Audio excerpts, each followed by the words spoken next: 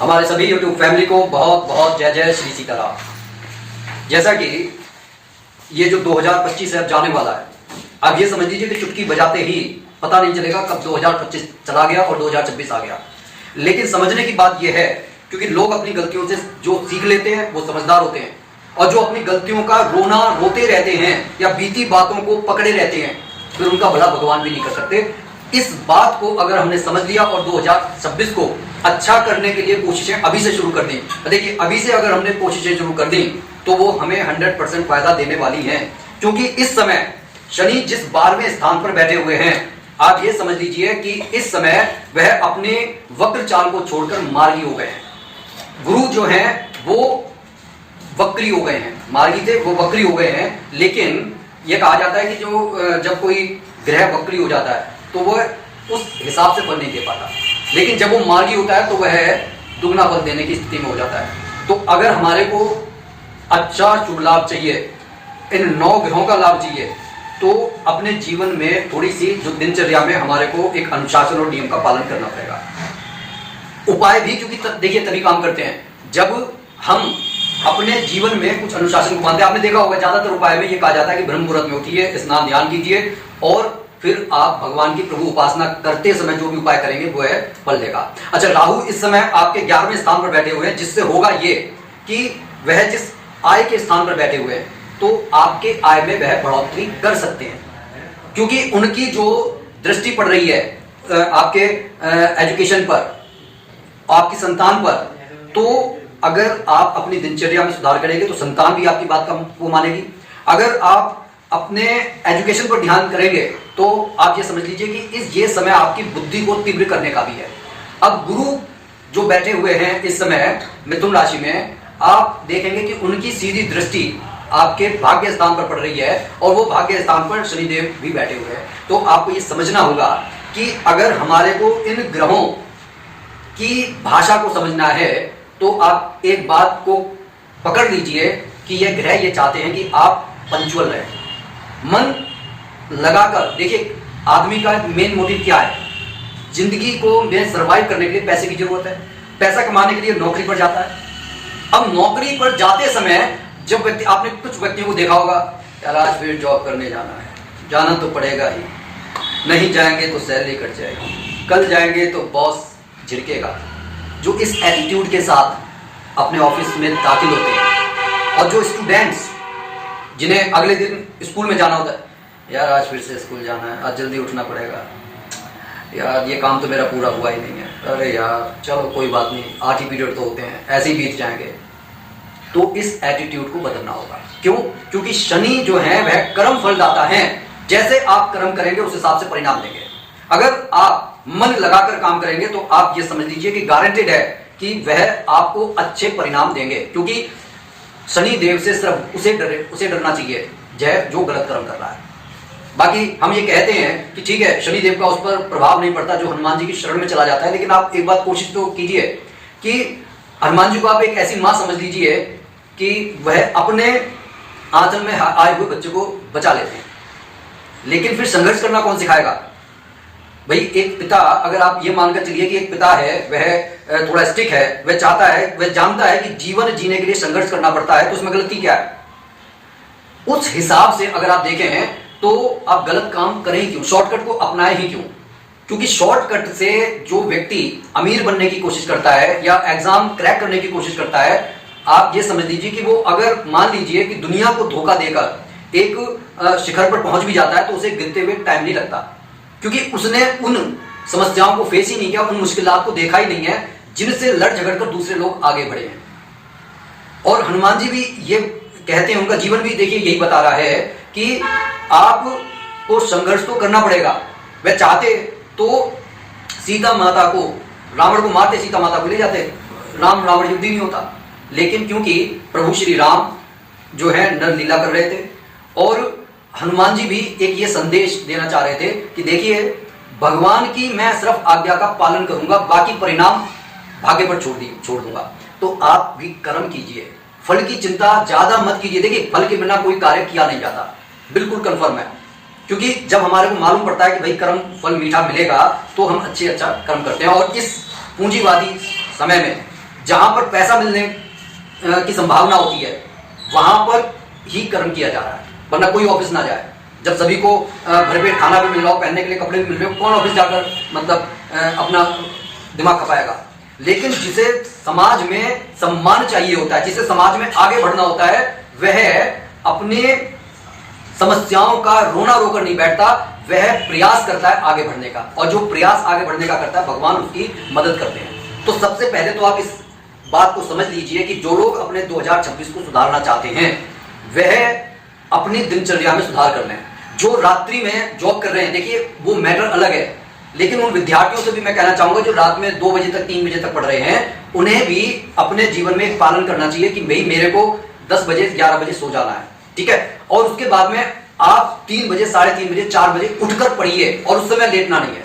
हमारे बड़े बुजुर्ग ये कहा करते थे, एक बार जब आप उठ जाते हैं फिर आपको सोना नहीं चाहिए, क्योंकि सुबेरे का जो उठना है इसका मतलब ये हुआ कि भाग्य हमारा उठ खड़ा हुआ, लेकिन अगर हम सो गए तो भाग्य भी सो गया। फिर बाद में इतना ज्यादा आलस आता है कि आप उठना चाहकर भी नहीं उठ पाते। इसलिए प्रयास ये कीजिए कि एक बार तो आलस को मतलब एक तरीके से मतलब ढंडिया दीजिए, भगा दीजिए उसे।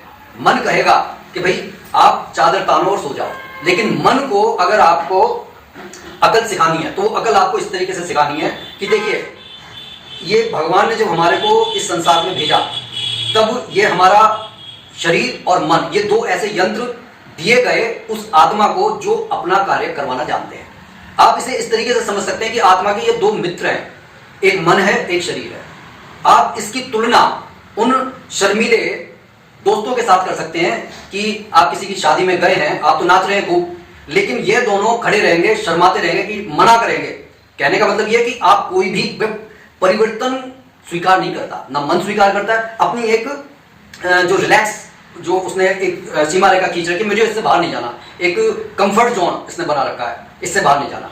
आप एक बार जाएंगे, उन्हें खींचेंगे भैया आ जाओ, चलो तुम भी स्टेज पर नाच कर लो, वो मना करेंगे, ठीक है आप चले जाएंगे। आप दूसरी बार फिर उनको पकड़कर खींचेंगे, वह दोनों फिर से मना करेंगे। मन और शरीर की बात कर रहा हूं, लेकिन वह फिर से मना करेंगे। अब जब आप तीसरी बार जाएंगे तो मतलब कार्यक्रम खत्म होने के बाद भी ये नाचते रहेंगे। और आप ये समझ लीजिए कि मैं समझाना ये चाह रहा हूं कि ये मन और शरीर जिस चीज को मना कर रहे हैं, पहले नाचने के लिए मना कर रहे थे, अब नाच रोकने से मना कर रहे हैं, तो आप इसको उस स्टेज पर ले जाइए, उस काम में लगा दीजिए, जबरदस्ती लगा दीजिए कि मेरे को ये काम करना है, उसे एक लक्ष्य दे दीजिए।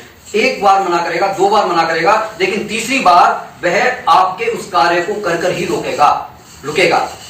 यही कार्य है शनिदेव का और राहु का। बस एक बार आप इस बात को, इस प्रोसेस को समझ जाइएगा कि मन को जो आप मना करना आप सीख गए, कि वो जो जिस काम को मना कर रहा है आप कीजिए। आप ये मत मानिए, इतना कॉमन सेंस सभी में है कि क्या गलत है क्या सही है।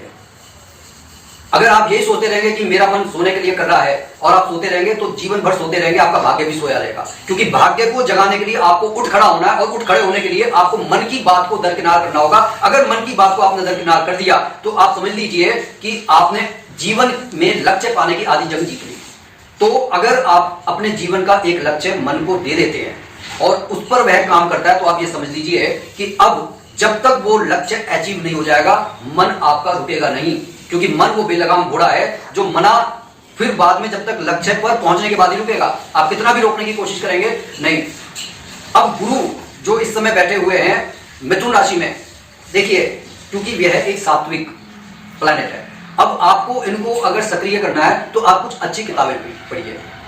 कई लोग ये कहते हैं कि नहीं, अगर हम गुरु की बहुत ज्यादा पूजा करेंगे तो ना सुख रहेगी ना समृद्धि रहेगी, बैरागी हो जाएगा। ऐसा नहीं होता है। जीवन में अगर आपको एक बैलेंस लाना है तो आपको ज्ञान बढ़ाना पड़ेगा। ज्ञान बढ़ाने के लिए आपको पुस्तकों को अपना मित्र बनाना पड़ेगा।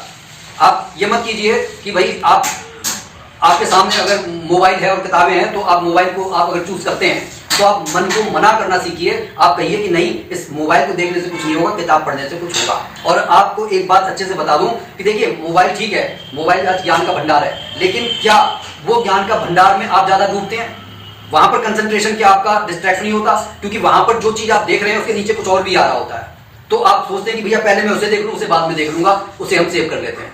लेकिन जब किताब आपके हाथ में होगी, आपको मालूम है ये किताब मेरे को शुरू से आखिर तक पढ़नी है, तो इसके अंदर वही चीजें होंगी जो मेरे को पढ़नी है। तो आप इस तरीके से अपने लक्ष्य पर, अगर लक्ष्य एक निश्चित, एक क्लैरिटी अगर होगी, तो आपका 2026 अच्छा जाने वाला है। दूसरा, अब अगर उपाय की हम बात करते हैं, देखिए जो राहु, जो एक ऐसा प्लेनेट है जिसने समुद्र मंथन के समय अमृतपान किया था। अमृतपान करने के बाद भी जब भगवान नारायण ने इनका सर काट दिया तो वे भागे हुए भगवान शिव के पास गए। भगवान शिव से इन्होंने जब शरण मांगी, तो भगवान तो भोलेनाथ हैं, उन्होंने जब ये सुना कि इसने अमृतपान कर लिया है और भगवान नारायण अभी ने मारने के लिए आ गए, तो उन्होंने कहा कि तुम डरो मत, अब अमृतपान किया है, तुम जीवित रहोगे।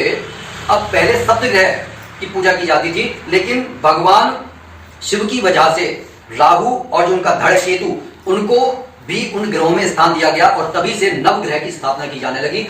अब क्योंकि राहु उनकी शरण में गए हैं, तो अगर राहु को शांत करना है या राहु से आपको अच्छे फल चाहिए, तो भगवान शिव की पूजा आपको करनी होगी। महामृत्युंजय मंत्र का आप जाप कीजिए और भगवान शिव पर हर सोमवार को काले तिल डालकर जल अर्पित कीजिए। अगर घर के अंदर कोई आपको ऐसा लग रहा है, कोई नेगेटिव एनर्जी है, भारीपन लग रहा है, तो आप एक छोटा सा कार्य कर सकते हैं, जिसे आप पूर्णमासी को कर सकते हैं, संडे को कर सकते हैं। सामान आप पहले लाकर रख लीजिए। अब सामान क्या लाने हैं आपको? एक पीला कपड़ा आपके पास होना चाहिए, ठीक है जी, ज्यादा बड़ा नहीं, छोटा कपड़ा, और थोड़े थोड़े सामान, एक जायफल होना चाहिए, एक भस्म, जहां पर डेली अगर यज्ञ होते हैं वहां से आपको एक ऐसी जागृत भस्म लेकर आनी है, मतलब जैसे उसी समय वो यज्ञ खत्म हुआ हो, वहां से आप थोड़ी सी भस्म लेकर आ जाइए।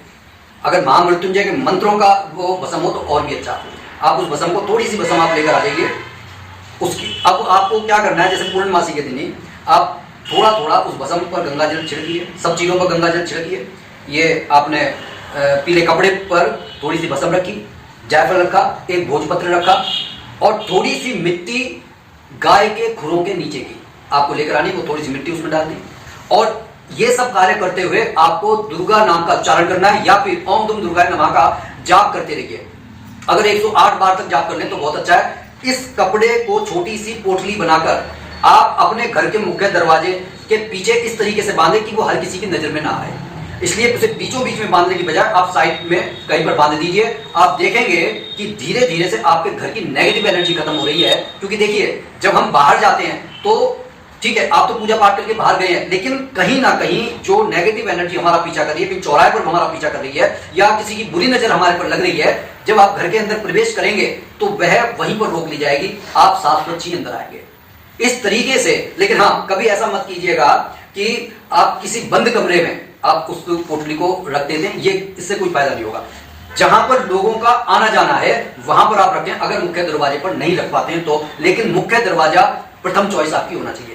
तो 2026 के लिए ये जो मैंने आपको छोटी सी रेमेडी बताई है, एक दिनचर्या में सुधार, एक भगवान शिव की पूजा और शनिदेव से भी बचने का एक छोटा सा उपाय है कि आप क्या कीजिएगा कि थोड़े से तेल में, सरसों के तेल में अपना चेहरा देखें और पास के किसी शनि मंदिर पर उस तेल को आप चढ़ाकर आ जाइए।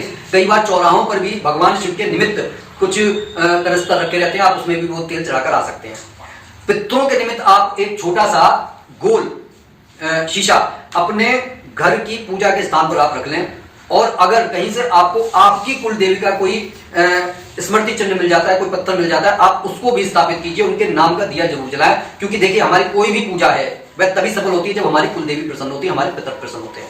तो ये वीडियो मुख्य रूप से मैंने सिर्फ इसलिए बनाई है ताकि मैं आपको ये बता सकूं, इस समय शनिदेव हमारे को भर भर कर देना चाहते हैं, हमारे को सुख समृद्धि देना चाहते हैं। सभी ग्रह इस समय कम से कम 138 दिन के लिए हमारे साथ हैं। जो भी इच्छाएं आपकी हैं उनको पूरा करने के लिए आपको आलस को भगाना पड़ेगा। मन करेगा सो जाओ, लेकिन उन 138 दिनों को याद करके आप जाग जाइए। एक बार आपने मन को सही काम में लगा लिया, उसके बाद में मन ही आपको सोने नहीं देगा, मन ही आपको जगाकर खड़ा कर देगा। तो कोशिश पहले आप कीजिए, उसके बाद में तो मन और आपकी आत्मा ही आपको आपके लक्ष्य तक पहुंचा देगी। तो इसी के साथ मैं अपनी वाणी को विराम दे रहा हूं और जाते जाते 2026 की पहले से ही शुभकामनाएं दे रहा हूं उन सभी लोगों को जो प्रयास करेंगे अपने 2026 को संभालने का। ठीक है, तो जो भी भाई बंधु इस चैनल पर नए हैं, कृपया चैनल को सब्सक्राइब कर लें और ज्यादा से ज्यादा इसे शेयर करें ताकि लोग ये जान लें कि ग्रहों का शुभ फल अगर हमको चाहिए तो दिनचर्या में सुधार करके भी ये किया जा सकता है। डिपेंड करता है आप पर कि आप राजा बनकर जीना चाहते हैं कि आप अपने उसी जो है कमतर जिंदगी में ही आप खुश हैं। तो इसी के साथ मैं अपनी वाणी को विराम दे रहा हूं। ज्यादा से ज्यादा इसे शेयर कीजिए, लाइक कीजिए, कमेंट में इष्ट देव का नाम लिखिए। बोलिए जय जय श्री सीताराम।